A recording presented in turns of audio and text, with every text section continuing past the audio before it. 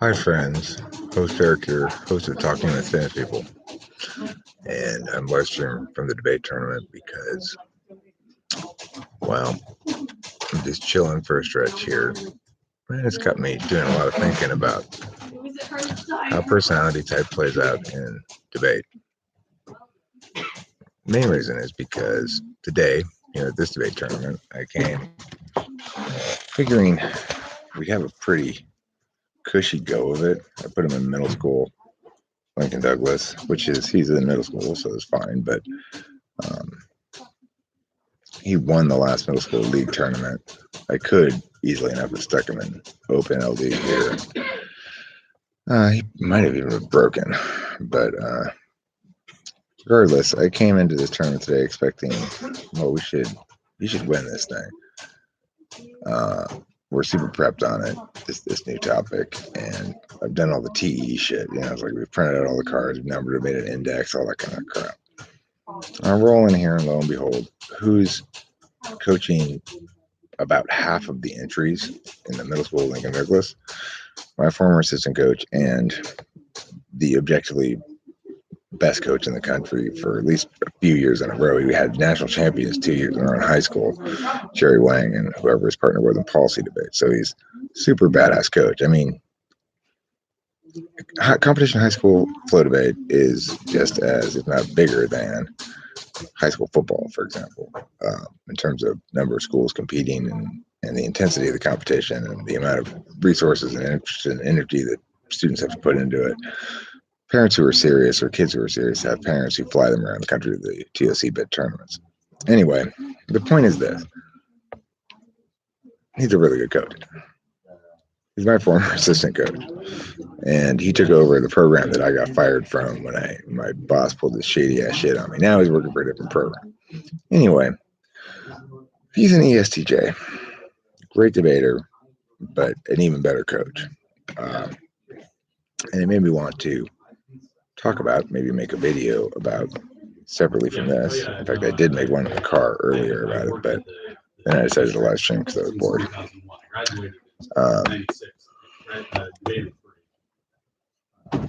Not talking in the library. Yeah, it's okay.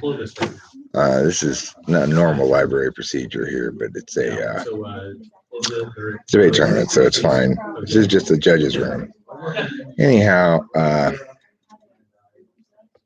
so we're debating Lincoln Douglas, and I know that, okay, now if Wheeler's here, fine. My kid might hit anything. Wheeler might run anything. He could run critiques, he could run narratives, some sort of other pre-fiat impacts, he could run plans, he could run counter plans. Who the hell knows what he's going to run? Because he's a policy debate coach, so he has all those things in his brain for. But here's the thing. While all those things are legal in Lincoln Douglas debate, only some of them make sense to run in Lincoln Douglas debate. In other words, only some of them have NI resonance.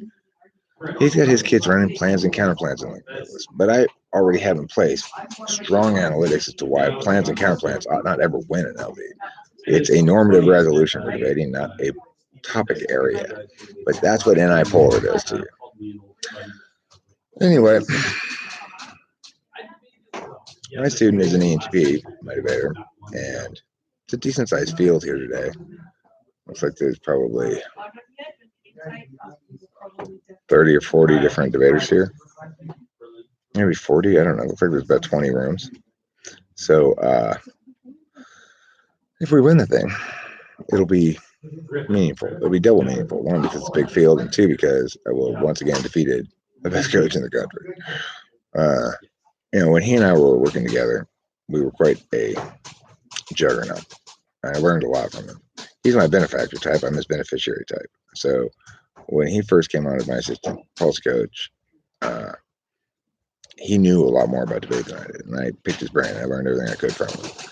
And now I'm, once I exhausted his knowledge base, I knew everything that was sort of formally known about policy debate, and then I started doing my own ideational work. Now, here's the thing. As an ESTJ, ESTJs have third slot extrovert intuition. So it's very satisfying for them, and they certainly are capable of generating the ideation necessary to do well in debate. Because what you really have to do is be able to anticipate all the arguments your opponent might be making, all the responses to your arguments your opponent might be making, and try to block them out. It's conducive to a TE approach in the sense that the more well-prepared debater generally has an advantage. If you're like an NTP debater, there's a decent chance you're going to be struggling to find the card you're looking for because you didn't organize it well. You're going to get shuffled in your papers. You're not going to do necessarily a great job of flowing the round, taking notes on every point of argumentation that's made in the round. And generally, you have to worry about your haphazardness. If you're an ESTJ, your approach to debate is very mechanical in that regard. You definitely have your bins, what we used to call bins, filled up. Your physical paper holding mechanisms filled up with papers printed out, because it's not because you can't use your computer, but simply because it's more efficient to have the stuff available both on paper and on the computer, so you can sort of have information present in front of you in multiple media. I mean, multiple places, kind of. And it's also just easier to access papers that are in like a accordion folder or something than it is to dig through Google Docs trying to find exactly what it is you're looking for. Now, you might be able to argue that is not necessarily the case, but functionally, you have a table, you got papers, you got pens, you got printed out papers, you got blank papers to write on, you got your computer and stuff. And the reality is, it's just easier with physical objects. It's just faster, it's just more efficient. It's just all there is to it. So, if two debate, all things being equal, the debater who's more well organized will win, all other things being equal. In this particular instance, we came into this tournament very well organized because Jeffrey's mom is an ESTJ, and she kind of henpecks us to until we do more TE shit, me and him alike. And I fight on his behalf against her ESTJ domineering self. Regardless, I love those people. I'm not complaining about them at all. They're great. But the point is that any third slot, that's fine. They can come up with the potential things and they can come up with answers to them and stuff.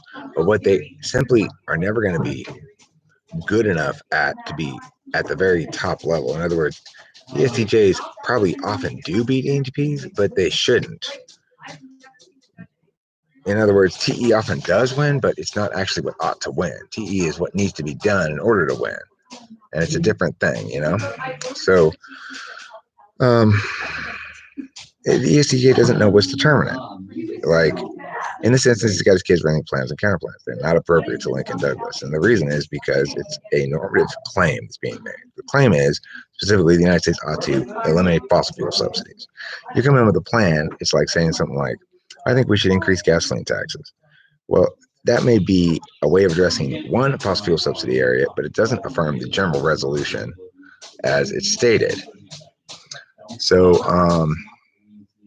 ultimately, my NI understanding of things gives me an advantage, especially in Lincoln Douglas, but also even in policy, because there are simply some arguments that win because they are correct, and they aren't necessarily reducible by TI things, but it's a function of a web of other sort of immovable points of consensus, I guess.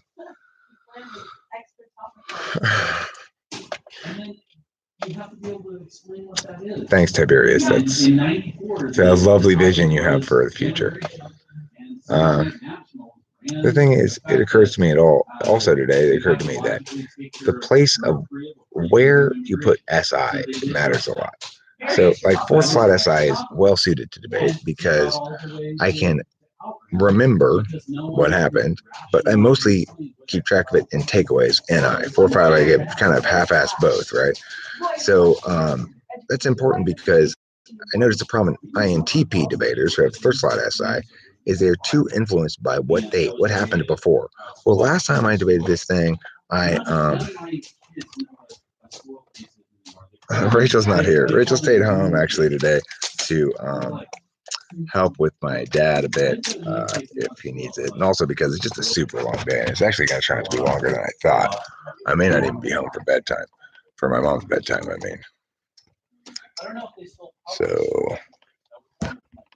think I'm going to come over here because there's a lot of people talking loudly in the library and nobody's talking over here.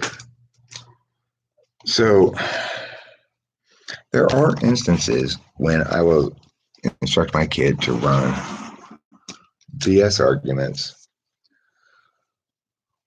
that I know are BS and oughtn't sustain muster.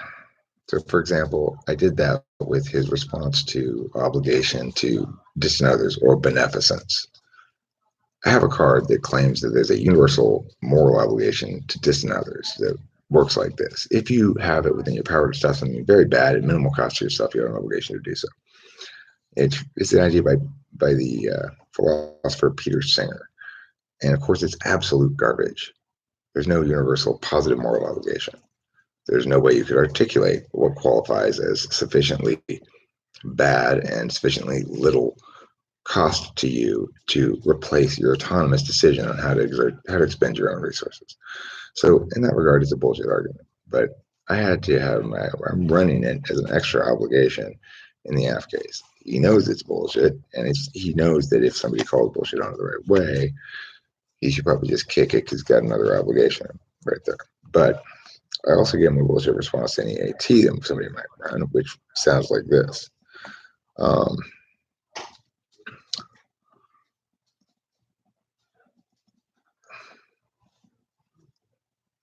What did I tell him to do with that?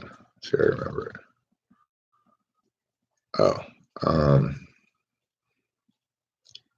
I told him to say, I think the obligation is universal, not the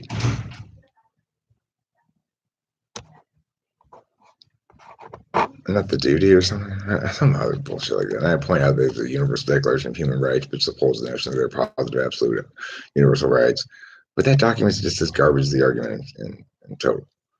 Hi there, baby cakes. Look, it's my baby cakes, my precious darling baby cakes. Rachel Lapalosa. She's in the shower and participating in this live stream. I appreciate that.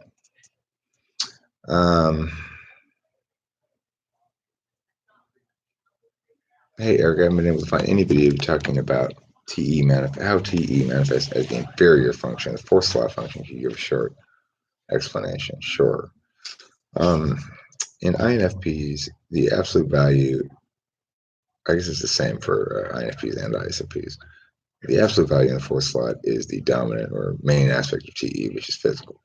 So absolute TE is,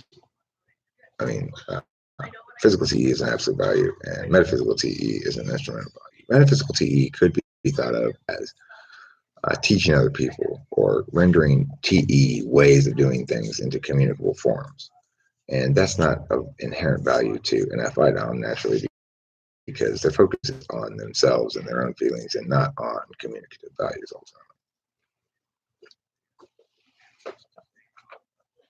the time. Shaka, shower, shaka, oof, you dropped the soap.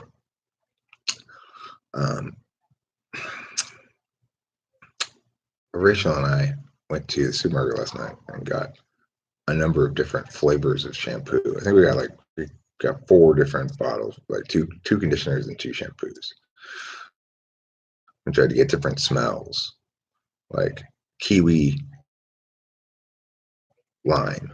Doesn't really. I think we were lime though. That orange flavored one does seem to smell like oranges or something equivalent, some sort of citrusy smell.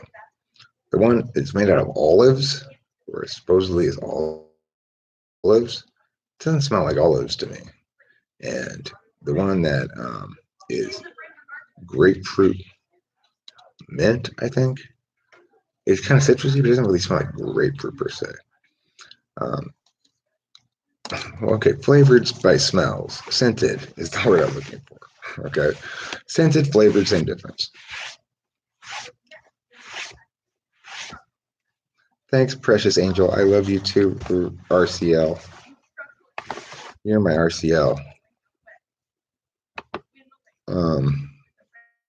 Okay, my bad, Hamburg. I got it backwards. Metaphysical TE is the opposite of the dominant aspect. So, in other words, they're more TE that's communicable than TE that serves their own interests. because of the fact that the fourth function, at least half of it, is going to be a relief from your dominant function. The part that's relief is the absolute value. The other part is the instrumental value. Now, the instrumental value of SI is sort of a borderline in the sense that there is satisfaction to be gotten just from doing fourth slot TE physical. Like, in other words, successfully figuring out how to get from A to B, successfully figuring out how to watch TV, for example, when I'm gone, because it might require you it requires a few different things. Like right now it's set up so I believe the TV is connected to the input that the TV is on. The cable box, I mean, is connected to the input the TV is on. So all Rachel should have to TV right now is turn on the cable box and turn on the, that's it. That's all she should have to do to watch TV. Sometimes I've put the computer into that TV and then it's on the wrong input. If it's on the wrong input, Rachel's toast. It's just like, there's no chance she's going to figure this out. I'll come home and she's like, I didn't figure out how to watch TV. That's TE 7th slot. That TE 4th finds it frustrating. Like they don't want to have to figure it out, but they can, how to watch TV. If they do, they don't feel satisfaction at having figured it out. They feel a sense of instrumental doneness, like, I'm done with that stupid shit now, I can watch TV. Hello, Eric, how are you? Ruse Moose? I am fine, good, well, or something like that.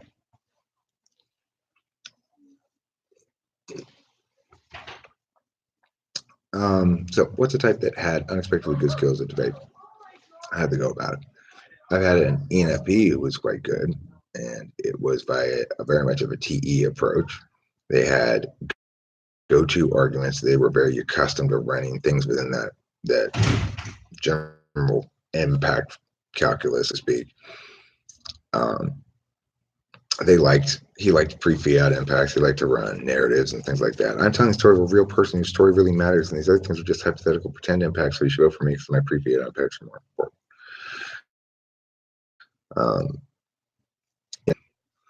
The thing is, they're good at coming up with other possible explanations for things, but at the end of the day, they're not particularly good at if something regarding consistency has to be adjudicated within the round, they can be in a tight space. They're also way more possessive about their stuff than HPs. Like HPs are happy to share their shit with whatever, because they figure whatever, it's just something I already made. I'm gonna come up with something new anyway, or something like that. But ENFPs get attached to their shit, so they like hide their debate stuff and don't let anybody see it, and try to operate on the grounds that they're going to be novel enough to surprise, and that surprise will sufficiently give them sufficient ground in the round to win. Let's see. What would be the output for a cognitive function program? What would be the output for a cognitive function program?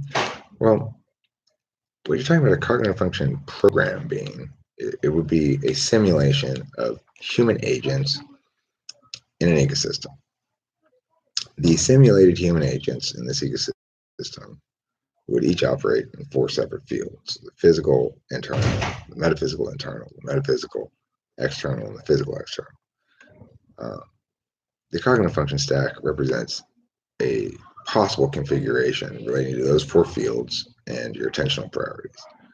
So for example, if you prioritize a knowledge function, let's say NI, that means you're rooted in a receive mode where you're going to receive information about data from inside of you. And so as a consequence, it's got to be paired with an interface function. If it were paired with an action function, it would have a problem, because action functions, they operate on an expectation that after they do their action, the other person will do their action, and then there'll be time for deliberation. So basically, both the extroverted sensing action function that puts into the external physical, and the expert intuition action function that puts into the external metaphysical. They both operate on a fundamental understanding that things are turn-based. That if I say a sentence, then you've asked a question, I answer it, then you say, but you're wrong because of this, Eric, and then I have a chance to deliberate. Speed of deliberation depends on how high up your TI is if you're deliberating on a TI ground.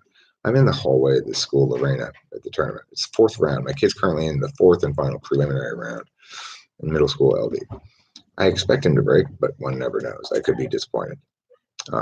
If he breaks, it says on the schedule, 3 elimination rounds. We're already behind schedule because the first elimination round is supposed to start at 5:30. It's currently 4:30, and I don't even think the high school fourth round has gone off yet. They got pattern A and pattern B.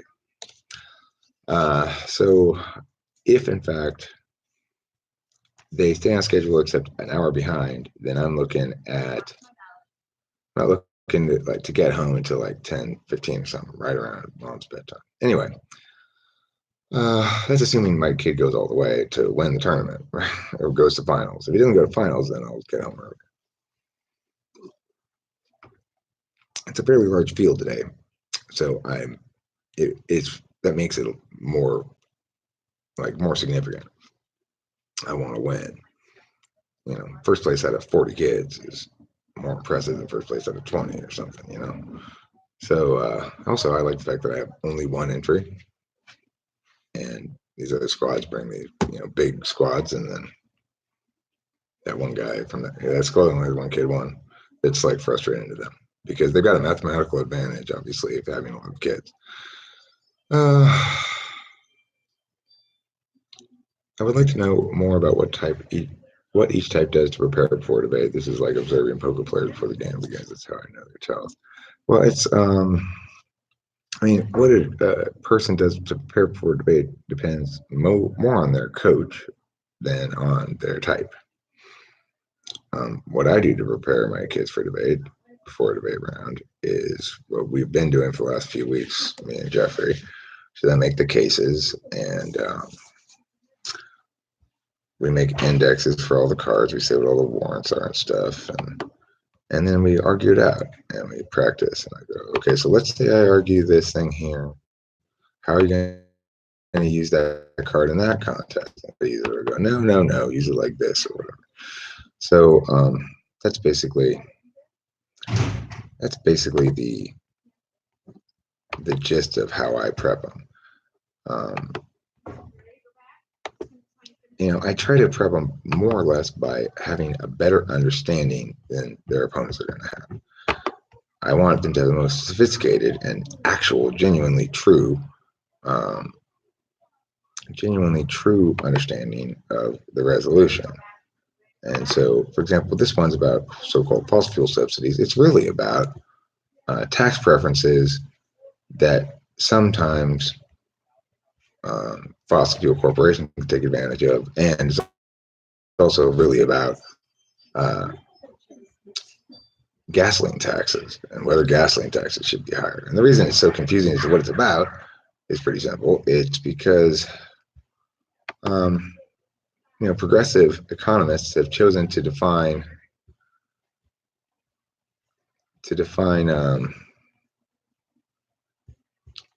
fossil fuel subsidies in an insanely broad way that makes no sense. So anyway, I'm going to assume at this point that it's probably safe to share this stuff. I don't think anybody's gonna get this before your limbs, but here's an example of some of the stuff I do in preparation.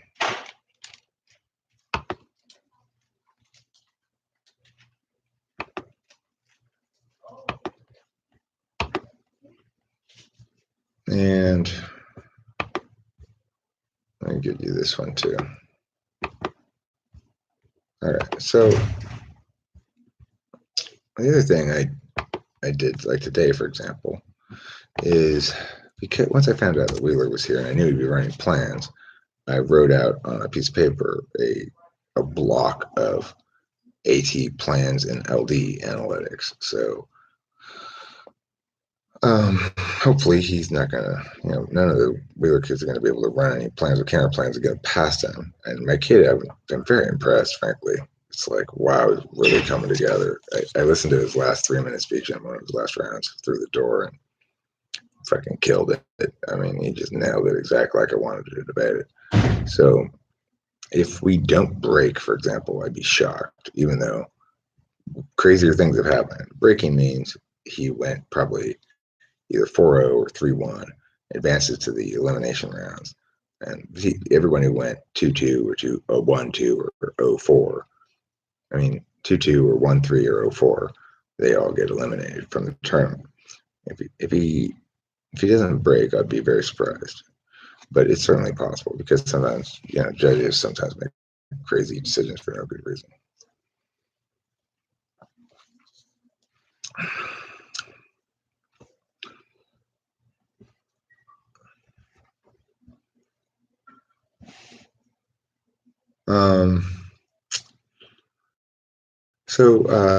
Anyway, the thing about cognitive functions and debate is you need,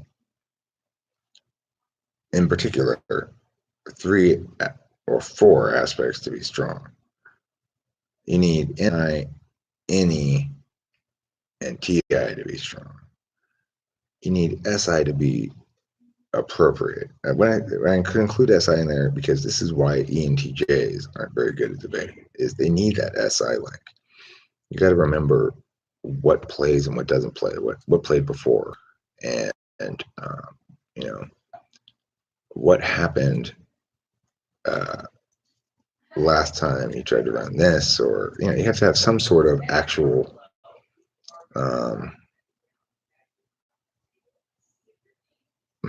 yeah, it doesn't surprise me. Rachel, are you there with mom by yourself? Is dad there too, or what? Did he come up and did he wake you up early and tell you to come help him get mom up? I'll ask you more about it when I get home. I told my dad last night, I was like, so Rachel's gonna stay here, so that if you need a break or something tomorrow, go just let her know. She can watch mom. She's volunteered to do that if you need a break. And he's like, okay, but it wouldn't surprise me if he interpreted that to mean I will go wake up Rachel at 8:30 and you didn't think you were there at all. I told him last night. Whatever. Do you ever feel supervised by INTPs with decent FI? Yeah, I do actually. The wisest guy won a little bit. I don't successfully feel supervised. They don't actually make me feel supervised, but I get the gist of what you're saying. It's like sometimes I'm checked by them a little bit in their FI, and I usually, I mean, nowadays I try to be FI open in a way that I didn't used to be. How did Curb Surfer get a wrench? By being my girlfriend, Jeebus. Duh. Jeeves didn't get a wrench. For Christ's sakes, my dad is nuts trying to control everything. It's like, oh, mom didn't poop today. Better force it. Don't just let things proceed naturally. Force it quickly. I mean, they got to force everything. So anyway, this is the end of probably the 4th round. My kid's probably getting out of the round now. I'm going to wrap up this live stream and see how he did in that round. And no, you guys, the question that was asked was, how did Curve Surfer get a wrench? The answer is by being my girlfriend. That doesn't mean that everybody who has a wrench is my girlfriend. Talk about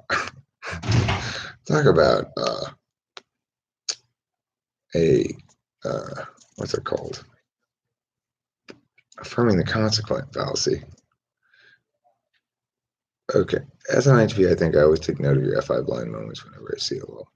I believe it, and I guess I'm probably a little more cautious around INTPs, but they and I both understand that they're not going to win any argument about it using their FI warrants. So I feel less supervised. Whereas INFPs, you get the sense like it doesn't matter to them if they win the argument.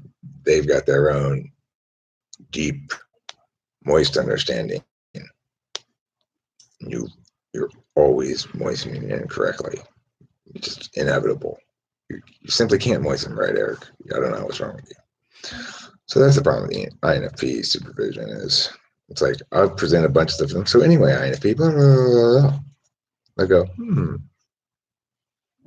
because to them, they'll know what they deliberate about something after they've gone home and felt it out, whether or not they're giving me any feedback about what they think about it is irrelevant. They don't know because they haven't felt it out yet.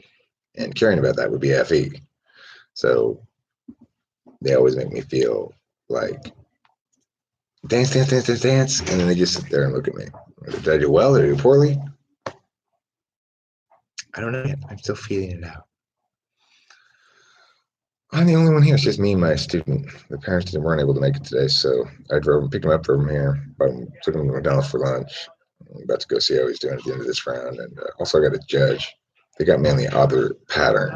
So ENTP conflictor is ISFP. And the interesting thing about conflictors is you don't necessarily get along poorly with them, provided you're not having to work together or reach consensus or address situations which require you to be on the same page. You're just never on the same page, really. As long as it doesn't matter really what page you're on, then it's fine. But when they get too important to you and their interests are becoming more of a factor in decisions, then you're going to have conflict. I always felt as though ISFPs were the only type, frankly, I said for the best type, the only type that I ever found I could have casual sexual relationships with,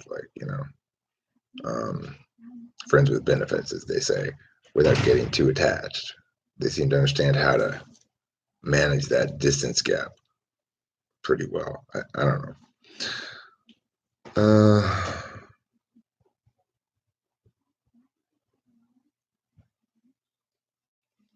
All right, I gotta go. I got stuff I gotta do here at the tournament. Thank you, Rachel, for manning the home front. I hope my father is not oppressing you too severely. And I will see you when I get home. Hopefully, I'll have good news. And potentially, I'll be sad and have bad news. Either way, it's fine. I'll be cool with it. I'll be pissed if we don't at least break. We should break. He's really killing it right now. All right. Goodbye. Thanks for watching.